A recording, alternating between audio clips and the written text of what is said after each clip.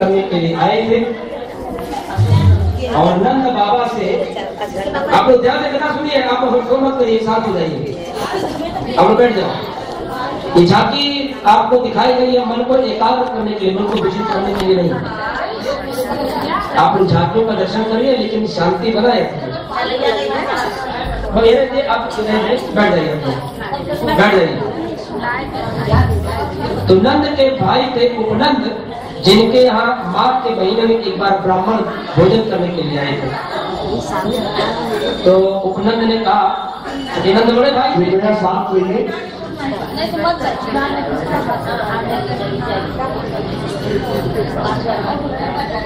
तो उपनंद के बड़े भाई थे नंद। तो उपनंद ने कहा भैया इन ब्राह्मणों को आप ही दक्षिणा दे दो। तो ब्राह्मण का तिलक किया नंद ने। नमो ब्राह्मण देवाय जगद्धाहिताय च। और तिलक करके कहा स्वस्ति न इंद्रो विदस्सवाः स्वस्ति न पूर्वा विश्ववेदाः स्वस्ति नित्तारिष्टो अरिष्टनेमि स्वस्ति नो बृहस्पतिर्दधातु।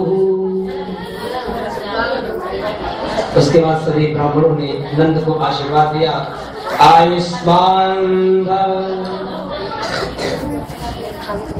फिर बोले चिरंजीवान भव, फिर बोले पुत्रवान भव। तो नंद बाबा ने कहा कि महाराज जी क्यों मजाक करते हो, अभी 60 साल की उम्र में कौन सा पुत्र होगा। तो कहा भैया ऐसा है कि अपने गोकुल में कहावत कही गई है, जो साठा तो पाठा। अरे 60 साल की उम्र में पट्टा ही है।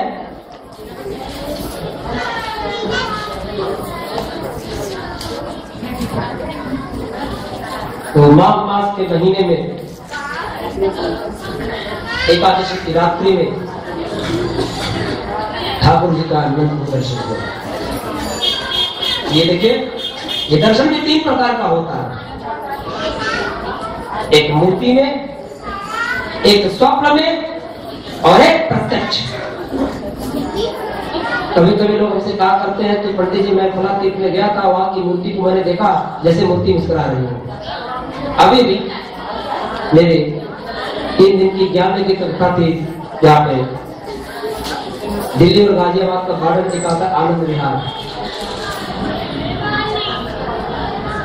तो वहां पर एक व्यक्ति ने हमसे कहा कि पंडित जी मैं भी गया था ये तिरुपति के बालाजी तो मेहंदी के बालाजी, और वहां पर साक्षात हनुमान जी ने उसको दर्शन दिया। बहुत अच्छी, बहुत बढ़िया। हमें कैसे मिला? कहा मैं गया तो सबने हनुमान जी को देखा, लेकिन मैंने नेत्र बंद कर लिए, और जब नेत्र बंद करके मैंने देखा तो साक्षात हनुमान जी खड़े होकर मुस्कुरा रहे थे। ये मूर्ति दर्शन है, होता है। आपके मन में भावना हो, देखिए आपके मन में जब अच्छी भावनाएं जन्म लेंगी तो नारायण पैदा होंगे, और आपके मन में अगर बुरी भावनाएं होंगी तो रावण पैदा होंगे, कंस पैदा होंगे, राक्षस पैदा होंगे। ये भाव का दर्शन है।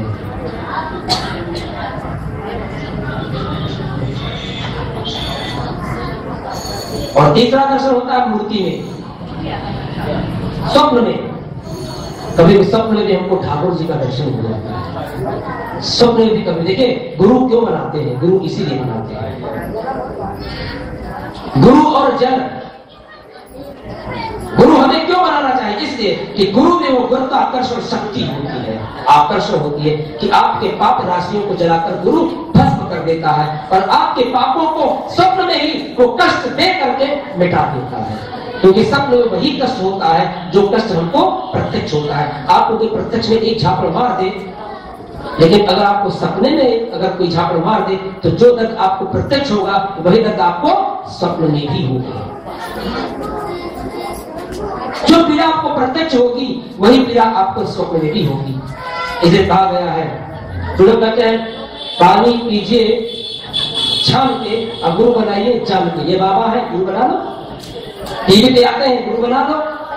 दाढ़ी लंबी, गुरु बन गए। पीताम्बर गुरु बन गए, माला गुरु बन गए। 1 करोड़ जनता कीजिए ना तो 1 करोड़ 1 मेहदी हो गया। नहीं, टीवी पर देख करके या किसी की बातों को सुन करके,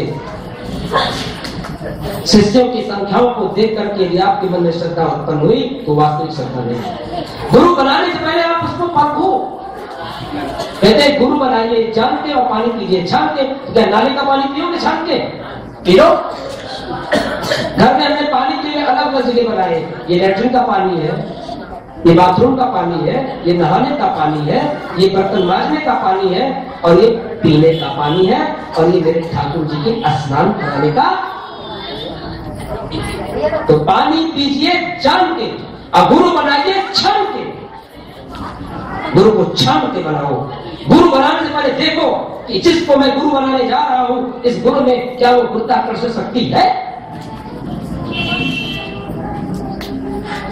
इसीलिए हम गुरु बनाते हैं। तो ये स्वप्न दर्शन और साक्षात दर्शन कभी कभी तब होता है, ये पितरों के आशीर्वाद से प्राप्त होता है। जब कभी आप कहीं रास्ता भटक जाओ, दूर दूर तक किसी आदमी का कोई नामो निशान न हो, और एकाएक कोई व्यक्ति आपकी प्रकट हो जाए, तो प्रेम के प्रकट हो ही नहीं जाता, वो नारायण साक्षात और आपको रास्ता दिखा देते हैं। आप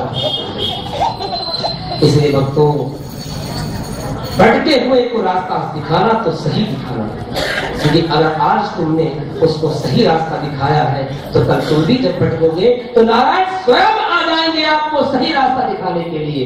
कोई आए ना आए, कोई मिले ना मिले, लेकिन नारायण स्वयं आ जाएंगे आपसे मिलने।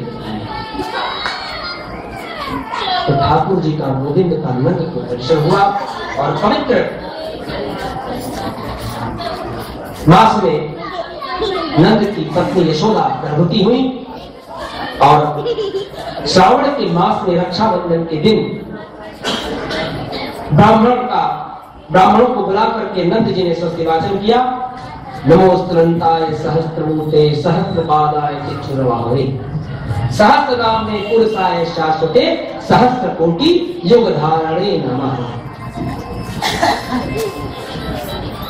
व्रतेन दीक्षा मां प्रोति दीक्षा मां प्रोति दक्षिणाम श्रद्धा मां प्रोति श्रद्धाम श्रद्धा।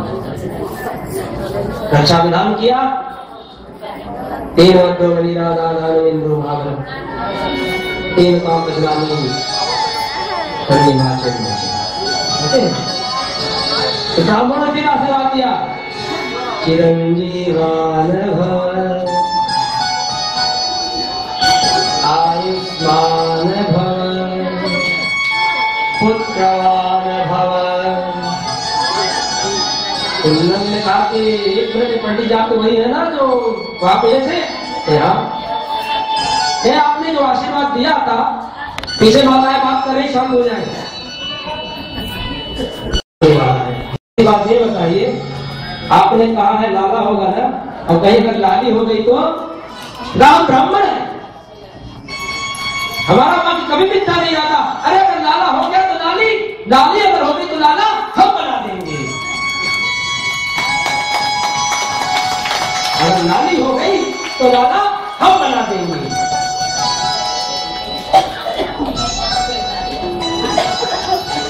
तो कैसा ये बताइए कि आप ये बताओ, ठीक चीज समय बताओ कि लाला का जन्म कब होगा? आज के ठीक 8वें दिन मध्य रात्रि में नारायण का जन्म होगा, तेरे घर में लाला आएगा। और जब 8वां दिन आया तो पूरे गोकुल को सजा दिया गया।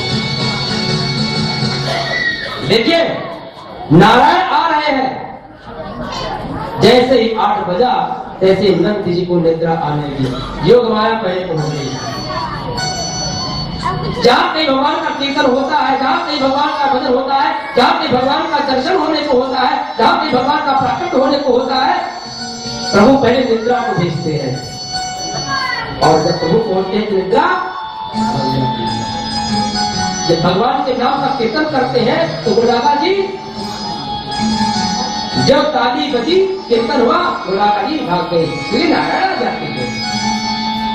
अब नंद जी को नींद आने लगी, तो उन्होंने बेटी का बेटी नंदा ये काम कर, मैं थोड़ा सा कमर सीधी कर दूं, आज दिन भर काफी काम किया हूँ और आज लाला आने वाला है, तो एक काम कर, 12 बजे का समय दिया है, तो जरा मैं कमर सीधी कर लूं, तू मुझे जगा देना। कहा ठीक है बाबा, आप लेट जाओ, मैं आपको जगा दूंगी। अब नंद जी तो चले गए निद्रा देवी की गोद में। 9 बजा, अब नंदा को नींद आने लगी, तो नंदा ने अपनी भाभी का, भाभी मैं थोड़ा सा कमर ठीक कर लूं, ऐसा करना कि जब 12 बजे तो मुझे जगा देना। नंदा भी जगा गई। अब उनकी भाभी को भी नींद आने लगी, तो उन्होंने यशोदा जी का, यशोदा मैया, यशोदा जी चलो मैं थोड़ी सी झपकी ले लूं और जैसे ही 12 बजेगा तो तुम मुझे जगा देना। तो ठीक है, और जैसे ही 12 बजा यशोदा जी भी सो गई, और जैसे यशोदा सोए तैसे वसुदेव जी नारायण को लेकर गोकुल में प्रवेश किया। और जब गोकुल पहुंचे, दरवाजे खोले और यशोदा के बगल में लगी कन्या को ले लिया और लेकर तो कृष्ण को लिटा दिए और चले गए। अब कृष्ण जी तो पैदा हुए थे कहाँ, मथुरा में, आंखें तो बंद थी, आंख खोली गोकुल में। अब गोकुल में आंखें खोली तो वो सोच रहे हैं कि हम कहाँ आ गए, यहाँ तो सब शांत है, अरे हम आए हैं, यहाँ सब सो रहे हैं। अब जब आंख इधर ले जाए, कान उधर ले जाए, तो मेरा से कोई इधर से खराटे ले रहा है, कोई उधर से खराटे ले रहा है। तो नारायण ने सोचा कि अब मैं इनको बताऊं कैसे कि मैं आ गया। तो ये हुआ कि रोना पड़ेगा, जब रोएंगे तो लोगों को पता चलेगा। अब नारायण तो रोना भी नहीं जानते हैं, क्योंकि जिंदगी में कभी रोए हो तो, अब भगवान तो कभी रोए नहीं, उनको रोने की क्या जरूरत पड़ी भाई।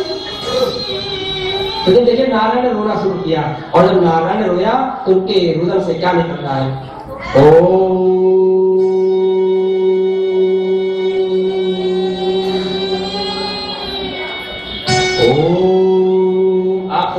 एक बार शांति से बैठिए और सीना फाड़ के और मेरे साथ बोलिए, इतने तेज से ओम का शब्द निकले कि प्रज्ञा मंदिर घूम जाए। बोलिए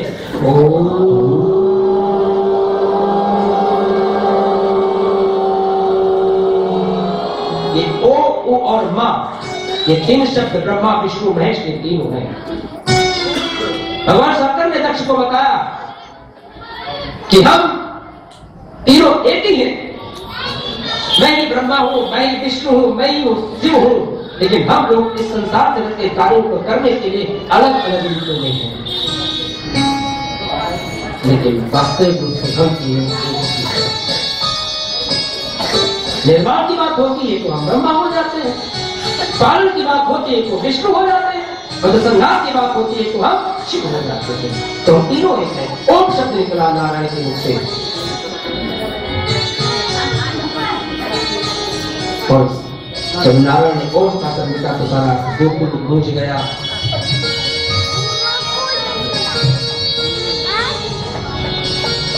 और सबसे पहले नंदा ने नंद जी को जगाया, नंद जी ने सबको जगाया और सब लोग खुशी से झूम उठे, बोले कृष्ण भगवान की जय। और सारी गोकुल में जय जयकार होने लगा, सारा गोकुल में पड़ा, सारी गोपियां आ गई, और आप लोग भी यहीं पर विराजमान रहिएगा। और कृष्ण जी का पालन से झूला झूला जाएगा, लेकिन आप कोई झूला नहीं है, ये मन रूपी झूला है, और आपकी मन रूपी डोर है। अपनी मन रूपी डोर से ही आप मन रूपी डोर से अपने मन से भगवान कृष्ण को झूला झुलाएंगे। भगवान कृष्ण यहाँ बैठे हुए हैं, हमारी गोपियां आ गई हैं, और आप लोग 5 मिनट में आप झूला झुला के फिर आरती होगी। लाला झूले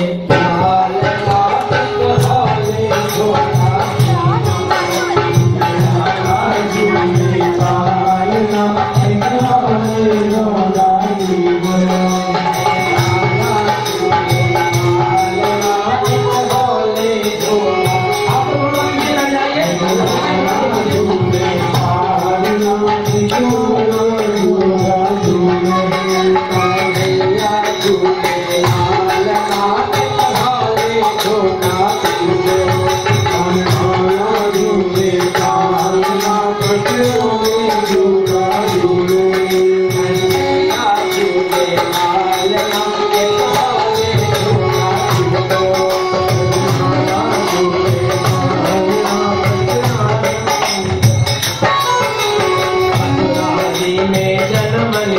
है मथुरा जी में